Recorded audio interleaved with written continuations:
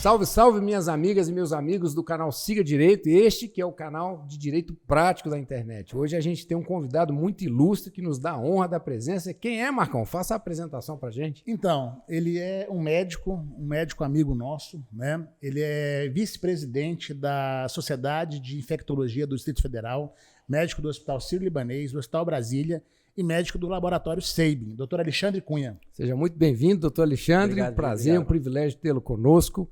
Um currículo invejável desse, né? Com certeza vai trazer muita informação relevante aqui para o nosso canal. Nosso canal ele tem o objetivo de disseminar o conhecimento. Obviamente a gente fala muito de direito, mas não é só de direito. A gente quer ouvir um pouquinho da experiência das pessoas e fazer a ligação jurídica disso, porque o direito faz parte da vida de todos, né, Marcos? Sim, com certeza. Meu amigo Alexandre, seja muito bem-vindo mais uma vez. Obrigado. A gente quer começar fazendo uma pergunta muito interessante. Sua área de formação é infectologia, certo? Isso. Obviamente, quando você cursou sua faculdade, você não esperava que esse meteoro caísse sobre o mundo, né? Que foi o Covid. Então a gente quer saber um pouquinho, primeiro, qual foi o impacto do Covid na sua vida? Foi, acho que na vida de todo mundo, né? Mas na minha vida teve dois lados, né? Além de viver a pandemia, que foi um negócio assustador, mudou a rotina de todo mundo, né? Medo, isolamento, tudo. Para mim teve uma sobrecarga de trabalho que eu nunca imaginei ter. Que a gente já passou por uma pandemia, teve a pandemia de H1N1 em 2009, que foi eu como infectologista foi a primeira pandemia que eu passei, mas tinha outras proporções, né? Apesar de ser uma doença grave, muita gente morreu, muita gente ficou em UTI, teve duas grandes diferenças para essa. Primeiro de proporção mesmo, né? As proporções que a pandemia de Covid tomou, a outra demorou 3, 6 meses, essa aqui já 2 anos e a gente está nessa batalha. E a questão de rede social. Na pandemia de 2009 não existia o WhatsApp. Verdade. E, além de todo o impacto da doença, a gente gastou muita energia tentando combater desinformação gerada pelas redes. Então, na minha vida pessoal, assim, teve muito trabalho, muito sofrimento, né? Muito difícil você falar para quase todo dia a família que um familiar, um pai, uma mãe, um irmão vai morrer. Cada paciente que morre leva um pedaço da gente. Foi pesado isso. Perdi o contato com meus amigos, assim, a gente ficou sem se ver mais de ano. Com meu filho, que eu via todos os dias, assim, passei 3, 4 dias sem ver meu filho, que era uma coisa que eu nunca imaginei que ia acontecer.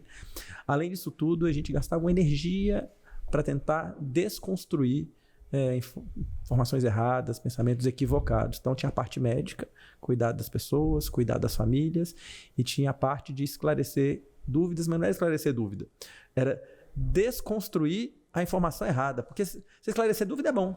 O sujeito chega com uma tábua rasa, você dá a informação, você agradece e acabou.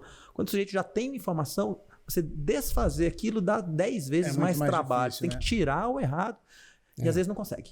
Exato. Tá tão arraigado o pseudo-conhecimento, e isso eu acho que foi das coisas mais desgastantes, de verdade.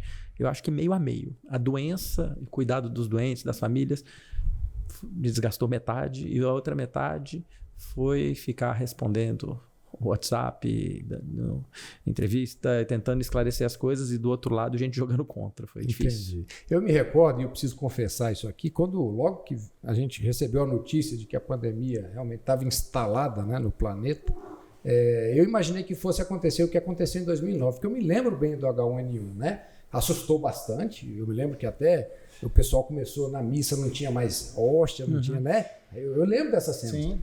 E depois de determinado momento aquilo arrefeceu e ficou tranquilo. Então, eu inclusive falei isso, a minha família super alardeada, eu falei, calma gente, deve ser algo parecido, né? Vai ter um pico e vai diminuir. E a coisa foi tomando proporção. Eu me lembro lá no cartório, logo que eu vi uma pessoa de máscara pela primeira vez, eu estranhei demais, né? Eu olhei aqui e falei, pelo amor de Deus, a pessoa está de máscara, que exagero. E essa senhora veio falar comigo, vocês deviam estar usando máscara aqui. E a recomendação no começo era não use máscara. Você se lembra disso, Lembro bem. Aí eu falava, a gente segue as recomendações oficiais, né? E não tem recomendação nenhuma para usar máscara. E com o tempo a coisa foi se agravando. Determinado dia, Brasília virou uma cidade fantasma. O cartório funcionou todos os dias, por ser um serviço essencial. A gente precisava trabalhar. Eu me lembro eu passando ali na W3, que é uma avenida muito grande aqui, famosa aqui em Brasília, não tinha carro na rua. Gíria, a gente trabalhou com 10% do nosso efetivo. Não sei se você se lembra disso. Eu me lembro disso. 90% afastado, né, por casos médicos, porque quiseram afastar, tinham receio, tinham medo de ir trabalhar. Então Exato. foi uma loucura. Não, foi um desafio para todo mundo. Sim, com eu certeza. imagino na área médica, né? E Isso que o senhor falou. essa sensação que você tem é exatamente isso. Todo mundo, inclusive os médicos, achavam que ia ser algo mais curto, né? Vocês não sabiam, né, da real situação. A gente trocou o pneu com o carro andando, assim. Sim. A gente foi aprendendo com a pandemia. No início, muitos erros foram cometidos. Erro do jeito de tratar paciente grave, de entubar precocemente demais, de achar que drogas funcionavam e depois ver que não funcionava, de falar que não era para usar máscara, depois descobrir que era. Então, muitos erros foram cometidos. E esse pensamento de que isso vai durar um pouco. E daqui a pouco a gente se livra e vai ser uma pandemia. Vamos segurar porque daqui a pouco acabou. Então, tomou conta de todos, inclusive da área médica. A gente esperava uma segunda onda, que sempre tem, mas uma segunda onda menor do que a primeira, todo mundo. E a segunda foi muito pior. Foi pior. Muito Foi pior. a pior cepa, né? Foi pior. A segunda onda que teve aqui foi Vocês tinham noção do que seria uma pandemia, Exato. mas não da pandemia do coronavírus. Então, Isso. assim, vocês sabiam que tinha ciclos, primeira onda, segunda onda, né? Mas como tratar a pandemia do coronavírus, eu acho que foi uma Desde coisa as coisas mais básicas, assim, a gente achou que talvez quem já tivesse tido Covid não pegasse de novo. Sim. E ia falar, todo mundo vai pegar, a questão da imunidade de rebanho, né? Isso, E exatamente. aí, então vai pegar todo mundo, mas aí não pode pegar todo mundo de uma vez, tem que achatar a curva, aquela só. E aí depois viu que não adianta. Aí depois falou, não, mas agora com a vacina resolve. Mas aí depois descobriu que tem que dar mais doses de vacina. Então a gente foi sendo frustrante cada vez que a gente fala, agora resolvemos, vai acabar. Aí volta, parecia a caverna do dragão, né? É verdade. Parece que vai sair lá do negócio e aí volta tudo para trás. É então, verdade. o dia da marmota. Assim, foi muito frustrante, porque quando a gente falava, agora tá bom. Eu lembro que eu passei um mês assim, que não tinha nenhum paciente grave. Eu falei, nossa, que beleza. Agora vai ser assim para sempre. Aí passou no mês seguinte, foi um inferno. Então, esse negócio de oscilação foi E puxado. essa ala da construção de notícias falsas se aproveitava disso para poder atrapalhar o trabalho da ciência, dos médicos, né? Então, assim, eu imagino o quão difícil foi você ter que fazer essas duas partes. Foi um ponto que o Alexandre tocou, que eu acho fundamental que a gente toque aqui, né? Que é a questão da interferência política na ciência, né? Houve muito conflito de informação e uma grande parcela da população que não consegue distinguir o que é uma notícia verdadeira de uma fake news, né? A famosa fake news, né? Exatamente. Essas pessoas acreditam em tudo que recebem. Então, esse trabalho de desconstrução gerou um gasto de energia terrível, quando vocês poderiam estar canalizando para resolver o problema em si, né? É isso. E assim, eu tenho certeza que, óbvio que mesmo que não tivesse isso, a pandemia é terrível, muita gente ia ter morrido, mas eu acho que morreu muito mais gente. Há um excesso de mortes por causa da desinformação. Pessoas que optaram por não se vacinar agora que tem vacina, pessoas que optaram por tomar medicações ineficazes em vez de procurar um atendimento médico quando necessário, pessoas que minimizaram o risco de contágio com o uso de máscara. Então, assim, tudo isso levou a um excesso. Se nada disso tivesse acontecido, o Covid ainda tinha matado muita gente. Então, não dá para colocar... Mas não 600 mil que a gente tem hoje, né? Não dá para colocar 600, a culpa veio do governo ou de quem quer que seja, 600 mil. Não foi. É uma mentira isso. Agora, não sabemos quanto. Talvez algo entre 50, 100, 150. Que são muitas vidas, assim. Talvez poderiam ser poupadas. Só ter adquirido a vacina mais cedo, né? Você sabe que o Brasil, assim, essa é uma das minhas grandes frustrações. O Brasil era para ter saído o melhor país do mundo na pandemia. A gente tem o maior sistema de saúde pública do mundo montado. Sim. E assim, os Estados Unidos não tem saúde pública, os outros países grandes não têm. E é cada um por si. Quando você diz isso, só para o nosso seguidor, é o SUS, né? O SUS. É o SUS, né? Sistema Único de Saúde é o maior sistema de saúde pública do mundo montado. Funciona cheio de deficiência, cheio de problema, mas é um sistema que tem capilaridade. Qualquer municípiozinho, né, tem um agente do SUS, um posto de saúde. Assim. E a gente tem mais do que isso, a gente tem o PNI, que é o Programa Nacional de Imunizações, que é algo que está pronto há décadas. O brasileiro adora vacina, sempre adorou, pelo menos até agora, né? Dia de vacinação das crianças, tinha festa, pipoqueiro na frente do posto de saúde, todo mundo levava as crianças. Exatamente. Nas campanhas de vacinação. Então a gente tinha uma cultura vacinal. Os antivacinas não tinham terreno fértil aqui. Era raro você conhecer alguém que não gostasse, de que não vacinasse os filhos. E a gente tinha um programa muito bem montado que tinha know-how para fazer. Porque vacina não é assim, vamos vacinar todo mundo? A gente estava acostumado a vacinar milhões de brasileiros todo ano. Para sarampo, rubéola, cachumba, Não, eu ouvi uma notícia que está com problema na vacinação contra sarampo, que as pessoas não estão se vacinando contra sarampo, gente. Então, ou seja, uma vacina que sempre foi utilizada, sempre teve adesão. De uma doença erradicada. Sim, exatamente. Começa a aumentar. E tudo vai voltar. A gente tem casos de poliomielite voltando na África, paralisia infantil, a gente já tem casos de sarampo aparecendo aqui no Brasil por falta de cobertura. Então, o grande ponto é isso, assim. A gente tinha sistema de saúde pronto. A gente tinha Programa Nacional de Imunizações pronto, com gente treinada para fazer vacinas, logística, rede de frio. A gente sabe, era só, precisava uma coisa. Comprar a vacina. Comprar a vacina. Só faltava, a vacina foi oferecida. E aí a gente demorou uns 3, 4 meses. E esses 3, 4 meses fizeram muita diferença. O delay, o atraso, porque a vacina não é só dar, tem que dar na hora. Tem que esperar. Não adianta fazer seguro depois que bate o carro. Exato. Então, a vacina tinha que ter sido feita em tempo hábil. Se a gente tivesse feito isso, o Brasil provavelmente teria saído o melhor país de grande porte no mundo em relação de número de mortes por milhão de habitantes, com todas as deficiências que a gente tem no SUS. Sim. Mas a gente tinha muita chance. É uma população relativamente jovem, o clima ajuda, a gente tinha um programa pronto, uma população disposta a vacinar. Com a cultura de vacinação todo mundo vacina os filhos, todo leva no posto de saúde, bebezinho. A criança chega com 5 anos de idade e toma mais de 20 vacinas. E aí, agora, e uns argumentos engraçados assim, não, mas 3 doses, como é que vai tomar 3 doses? Não existe nenhuma vacina. Ué, hepatite B são 3 doses, sarampo 3 doses, poliomielite toma 10 doses.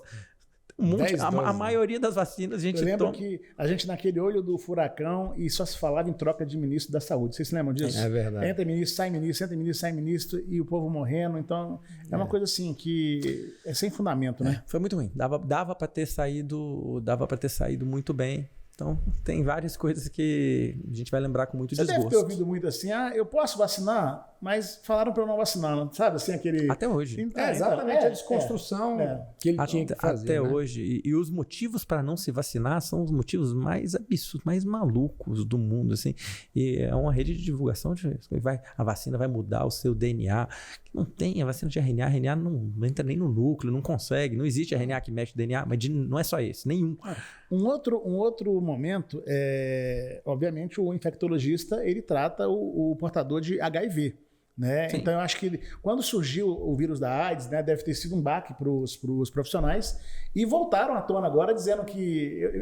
Lembra um pouquinho para a gente, não sei se a vacina, quem era portador ou quem tem o vírus, teria alguma associação, alguma coisa? Isso existiu? Mas olha só que absurdo que as coisas...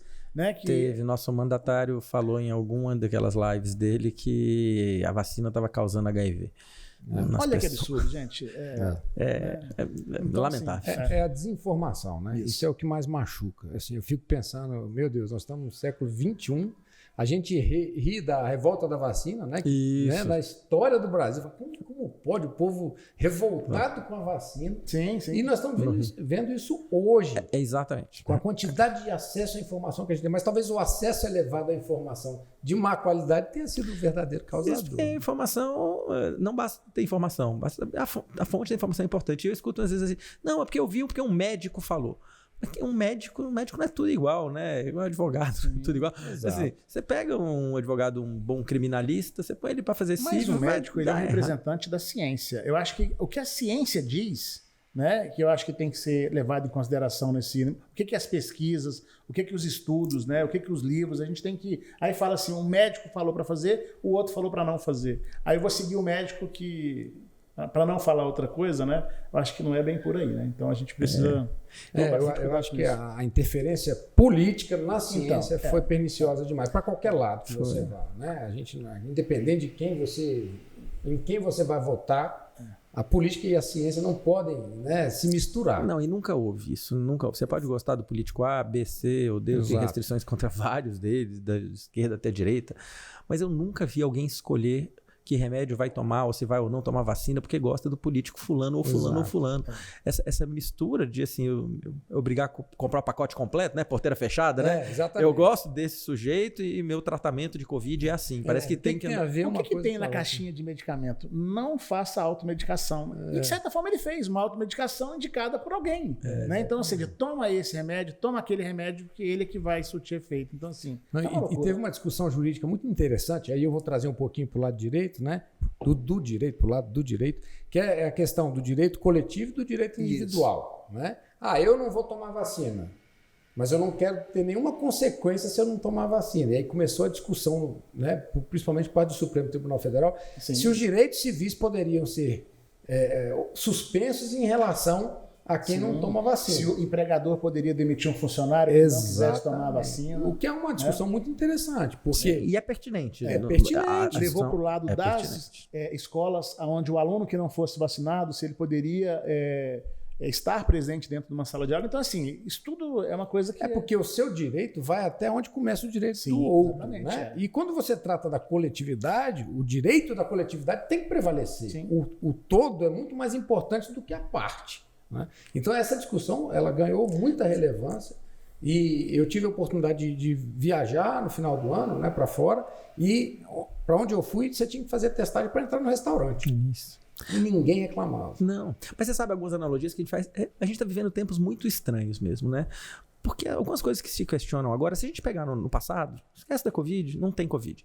Essas mesmas pessoas que estão brigando, falando não pode suprimir o direito individual, porque eu tomo se eu quiser.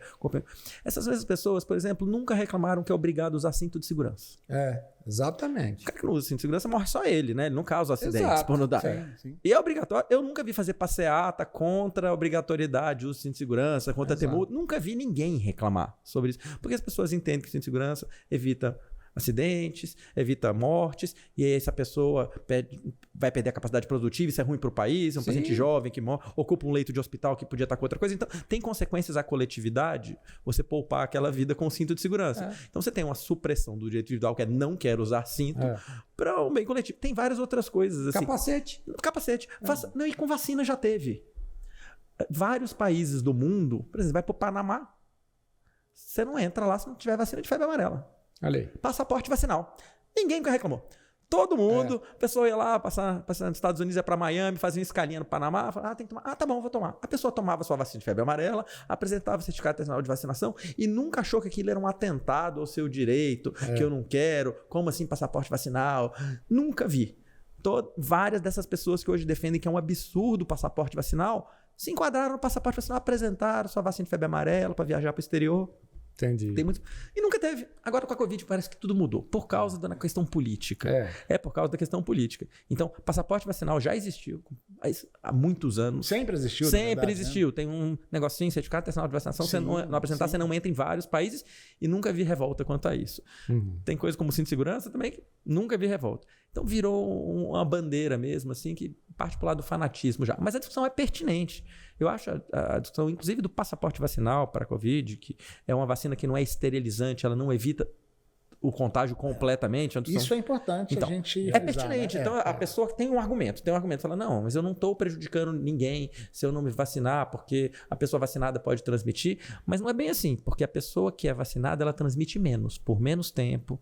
Ela fica menos grave, tem menos carga viral, transmite por menos tempo. Não ocupa o leito de UTI. E tem a questão da ocupação de recursos públicos, de um leito de UTI que poderia ser usado para outra coisa, não só para Covid, paciente com câncer. E o que é importante também, Alexandre, é frisar é que nunca, pelo menos eu nunca vi, falar em qualquer mídia que tomando vacina você não pegaria Covid. Isso. E que você não transmitiria Covid. Não, isso não significa imunidade. Como é que você falou? O termo é... Imunidade esterilizante. Exato. Então, assim, a vacina é ótima para quê? É sensacional, mas muito boa para evitar agravamento. Isso.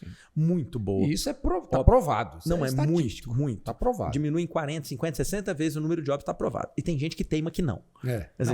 Mas isso porque você está lá dentro dos leitos de UTI. Não, então, ou seja... Todas as estatísticas do mundo. Nós estamos sem máscara conversando aqui. Isso aí é prova de que a vacina é eficaz. Então, a vacina evita agravamento mesmo. Não só com a minha observação individual, que vale pouco do ponto de vista de ciência, mas assim, todos os dados de todos os países do mundo você vê. Compara vacinados com não vacinados, de mesma faixa etária, com o mesmo fator de risco. A mortalidade, a internação em UTI dos vacinados dos não vacinados é infinitamente maior. Mas se você fizesse uma estatística pessoal do início da pandemia hoje, você poderia é outra doença. narrar que isso aí, de fato, eu só vejo internar grave agora as pessoas que não vacinaram ou que estão com vacina atrasada, que a gente considera também não vacinados. Quem tomou 2 doses. Isso é importante, Virgílio. Muito bom, vai lá. Passou 2 doses.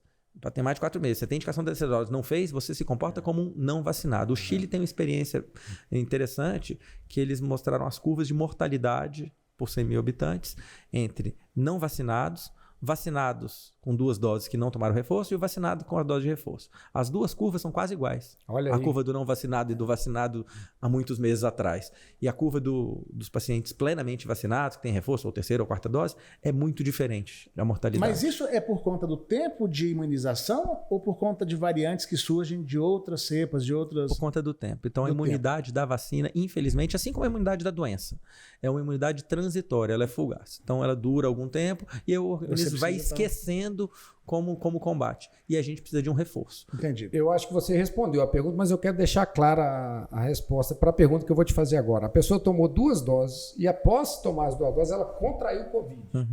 Depois, ou seja, ela teve que contar 3 vezes. Sim. Ela toma a terceira dose? Então, essa Covid que ela teve funciona como uma terceira dose, mas o tempo de duração disso é muito limitado. Certo. Principalmente na Omicron, que é essa última variante que apareceu aí, a gente sabe que a imunidade causada pela Omicron é uma imunidade muito transitória. Então, a recomendação é 1 mês depois de ter a doença, voltar ao esquema de vacinação. Isso deve variar de indivíduo para indivíduo, né? Isso. O indivíduo mais jovem, que tem um sistema de imunidade mais robusto, provavelmente as 2 doses duram mais tempo e depois se pegar uma Covid dura mais tempo. Agora, um paciente idoso, 1 mês depois que ele pegou, ainda mais com doença leve, se ele pegar uma doença leve, isso desperta menos o sistema imunológico.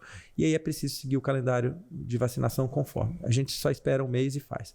Então, eu pessoalmente tive Covid bem no início da pandemia, atendi muita gente, então acabei pegando Covid. Me atendeu, inclusive, né? Pois é. Meu médico, foi, eu ser internado. quando o Marta teve Covid. Então. Não, e prova a competência, salvar você. Uns quilinhos a mais. Salvar um cara desse é um herói. Estamos diante de um herói. Você está vendo que ele é meu amigo, né? Tudo bem. Prossiga aí. Tirando o medo não foi muito ruim, né? Deu um pouquinho de medo, né? Tirando o medo não foi ruim.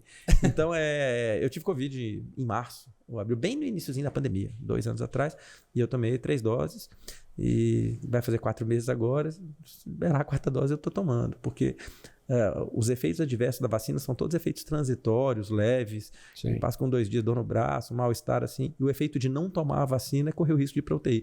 Não tem como pesar isso.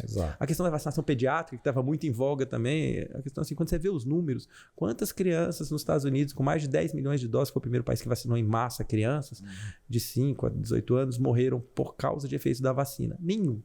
Olha aí. 0. Quantas crianças morreram só no Brasil nessa faixa etária? Perto de 3 mil. Então o placar de 3 mil a 0 é pior que 7 a 1. Não é 5 a 2, 10 a 5. É assim, 3 mil a 0. Quando você pega assim, não tomar vacina, morreram 3 mil pessoas. Tomaram vacina, morreu nenhum.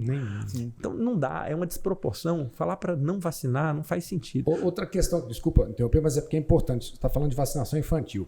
Eu ouvi dizer que a Coronavac, por ser fabricada com o método mais tradicional de fabricação, ela é menos gravosa para a criança. Isso é verdade? Não tem nada a ver? Não, tanto faz. Ambas são seguras, assim, porque não tem como ser menos impactante, porque a outra é muito segura também. Às vezes os casos de miocardite, que é um dos eventos que podem acontecer, pode acontecer um pouquinho mais com Pfizer, porque a imunidade gerada pela vacina da Pfizer é uma imunidade mais poderosa. Entendi. E por essa imunidade pode dar um pouco mais de miocardite. Mas sobre essa questão é importante ressaltar também. Falar assim, eu vou dar essa vacina, ela pode dar miocardite, que é a inflamação do coração do meu filho, mas a doença Covid dá 20 vezes mais miocardite do que a vacina. Então você diminui o risco de miocardite quando você dá vacina. Exato. Não é que você aumenta. Exato. É porque assim, no mundo onde não existisse Covid, era uma estupidez dar a vacina. Claro, porque você vai aumentar o risco de uma coisa que não tem benefício nenhum. A Coronavac, ela pode dar, provavelmente ela vai dar mesmo miocardite, mas a troca disso, ela também dá uma imunidade menor. Provavelmente. Em adultos a gente sabe disso. A imunidade gerada pela Coronavac é uma imunidade mais fraca, menos duradoura do que da Pfizer. Tanto é que a dose de reforço, em nenhum momento eles sugeriram a Coronavac, né? Isso, exceto o Estado de São Paulo que está fazendo isso. E, de novo, talvez tenha uma interferência política atrapalhando Agora, uma coisa que eu acho que é importante a gente frisar, Virgílio, é que a vacinação no adulto, ela não é obrigatória. Mas o ECA, ele diz que a criança ela tem que ser vacinada, mas não a vacina da Coronavac, né? Obviamente, o doutor Alexandre não é médico pediatra, né? Mas como é que é o entendimento em relação a essa questão da obrigatoriedade na vacinação das crianças? Eu acho que tem que entrar no calendário, não é isso? Então, assim, o Estatuto da Criança e do Adolescente fala que é a obrigação dos pais vacinarem as crianças com todas as vacinas do calendário oficial do Programa Nacional de Imunizações. As vacinas de Covid, que entraram depois, elas entraram no plano operacional, no plano emergencial. Assim, então, elas não foram incorporadas definitivamente no calendário. Mas isso é uma questão semântica, isso é uma desculpa que as pessoas que não querem vacinar usam para falar não precisa porque não está aqui nessa listinha. Mas o conceito por trás disso, o legislador, assim, quando colocou lá no ECA, Ele falou, não, as crianças devem tomar todas as vacinas que as protejam de doenças potencialmente graves. Exato. Foi isso que ele quis dizer. Não é assim, se tiver nesse pedaço de papel, nesse documento, precisa, mas se tiver no outro, não precisa. O intuito não foi esse. Então é uma questão meramente burocrática, que é transferir a vacina de uma lista para outra, passa a ser obrigatório. Aí entra naquela celeuma que a criança não pode tomar uma decisão por si própria, né? Ela precisa de um adulto. Aí o adulto vai e fala, não, eu não vou vacinar minha filha. Então, não faz sentido. Todos os pais que resolvem não vacinar os filhos estão aumentando o risco dos filhos. O risco da vacina tem muita fantasia por trás. O que é real é o risco de miocardite, mas comparando com o risco de miocardite pelo vírus, porque fala assim, não, a doença é leve na criança. É verdade, a doença é leve na maioria das crianças, mas a vacina é mais leve. Exato. Tem risco de doença, Covid, em criança pequena? Tem. É grande? Não, não é. O risco é pequeno. Considerando milhões de crianças afetadas, você vai ter algumas centenas com casos graves. Mas então, o risco é pequeno. Qual é o risco da vacina? É menor do que esse. Então, escolhendo dois riscos, você sempre escolhe o menor. Não faz sentido. Não faz sentido não vacinar. E o vírus, ele fica mais nervoso na molecada e é mais fácil transmitir? Ou isso também é... Não. Isso varia. Esses estudos são conflitantes. O difícil é a criança transmite mais porque o comportamento é menos precavido do que adultos. Se bem que tem muito adulto que vai para show e aglomera, né? Então... Olha, Alexandre, é um prazer tê-lo aqui, né? Eu acho que esse programa ele não tem vinculação político-partidária, a gente não tem um viés ideológico, a gente está defendendo aqui a ciência. Exatamente. Então a gente chamou aqui como representante ali da academia, médico infectologista, chefe do Sírio-Libanês, uma pessoa experimentada na vida, que enfrentou toda essa pandemia. Inclusive rendo uma homenagem a todos os profissionais de saúde, que durante todo esse período, né, eles estão trabalhando incansavelmente, um nível de estresse que a gente não consegue nem imaginar, são os nossos heróis. Quantos médicos perderam a vida? Médicos, enfermeiros, auxiliares de enfermagem, técnicos de enfermagem. Técnico, fono, fisioterapeuta. Inclusive, em vários países, as pessoas não querem mais. Muitos abandonaram a profissão. Eu imagino. Não quero mais ser enfermeiro. Porque não consegue. A carga emocional, além do trabalho, são seres humanos, né? A gente esquece. Eu conheço poucos amigos infectologistas que não chegaram um dia, sentaram no chão da sala e choraram. Olha aí. Não conheço. Então, eu quero render uma homenagem a todos os profissionais de saúde aqui, personificados em você, Alexandre, e agradecer, obrigado, porque vocês são verdadeiros heróis da nossa pátria, lutaram e lutam ainda para salvar as pessoas. Eu tive experiências na família, eu tive grandes amigos que passaram períodos longos em UTI e estava a equipe lá o tempo todo de forma incansável, sem estrutura, sem conhecimento e ainda tendo que combater esse tipo de conhecimento errado, né? Para poder trazer essa bênção que é a vida e a saúde para a gente. Muito obrigado. Privilégio tê-lo conosco, né, Marco? É isso aí. E volte sempre. Esse canal aqui ele tem a função de difundir conhecimento. Sempre que você achar pertinente trazer um tema, é um prazer te receber aqui. Quem sabe o dia que esse coronavírus ele fosse embora de vez, né? A gente pode trazer ele aqui e para ele falar um pouquinho do novo momento, né? Porque agora a gente está vivendo vida nova. Vou querer muito. A gente traz um champanhe, eu não bebo, mas nesse dia acho que até merece. Né? Exatamente. Muito obrigado, meu amigo. Obrigado. Obrigadão, viu? Valeu, um abraço. Obrigado. Meus amigos, hoje foi imperdível. Se você gostou, então não deixe de seguir o nosso canal nas redes sociais, compartilhe o nosso vídeo, ative o sininho e fica sempre por dentro. Siga Direito, seu canal de Direito Prático na internet.